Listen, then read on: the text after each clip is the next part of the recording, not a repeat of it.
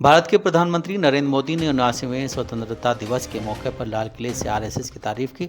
RSS को एक संगठन के रूप में 100 साल पूरे करने पर संगठन के कार्यकर्ताओं को याद किया और राष्ट्र निर्माण में उनके कथित योगदान का गुणगान किया।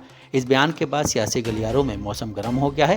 विपक्ष के ज़्यादातर पार्टियों ने इस बयान पर विरोध व्यक्त किया और निंदा की है। वहीं एमआईएम के चीफ और हैदराबाद से सांसद असदुद्दीन ओवैसी भी पीएम मोदी के बयान पर हमलावर हैं। उन्होंने पीएम मोदी के बयान पर आज एक प्रेस कॉन्फ्रेंस की, जिसमें ओवैसी ने आरएसएस की विचारधारा और प्रधानमंत्री मोदी पर जुबानी हमले किए। उन्होंने आरएसएस को नफरत फैलाने और देश में अलगाववाद को बढ़ावा देने के लिए जिम्मेदार ठहराया।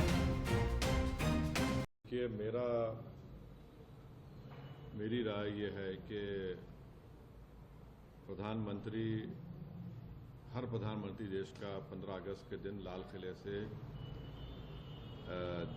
मुल्क की आवाम को, जनता को अपने भाषण के जरिए ये बताती है कि उनकी सरकार ने क्या किया या क्या करने वाले हैं। एक रिवायत रही है।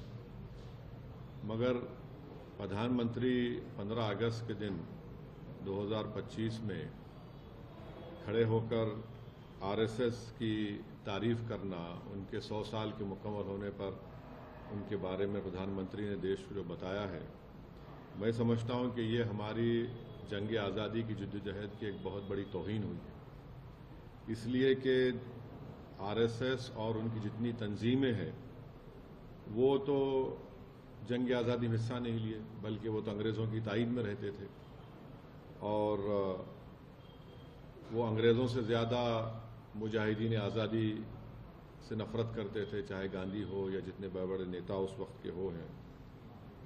तो मेरा मानना यह है कि आरएसएस हमेशा से 1925 से लेकर अब तक और मुस्तकबिल में भी वो इंक्लूसिव नेशनलिज्म की मुखालिफत करती रही। जो यही इंक्लूसिव नेशनलिज्म जो हमारे बुजुर्ग गुजरे हैं, जो हमारे मुजाहिदीन आज़ादी गुजरे हैं, उन्होंने इसी बुनियाद पर इस देश को आज़ाद करवाया अंग्रेज़ों की ग़ुलामी से। और जो हिंदुत्व की आइडियोलॉजी है वो हमारे भारत के संविधान के बिल्कुल खिलाफ है,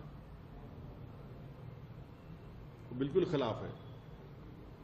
तो प्रधानमंत्री अगर आरएसएस के दफ्तर पे गए तो मैं कुछ नहीं बोला, क्योंकि मैं जानता था वो तो स्वयंसेवक थे और हमेशा रहेंगे। मगर जब आप प्रधानमंत्री के तौर पर ये कह रहे हैं और इस तरह की बात कर रहे हैं, जो संघ परिवार इस मुल्क में हेटरेट को फैलाती है, डिवीजन होता है, तो ये तो प्रधानमंत्री उनकी तायीद कर रहे हैं।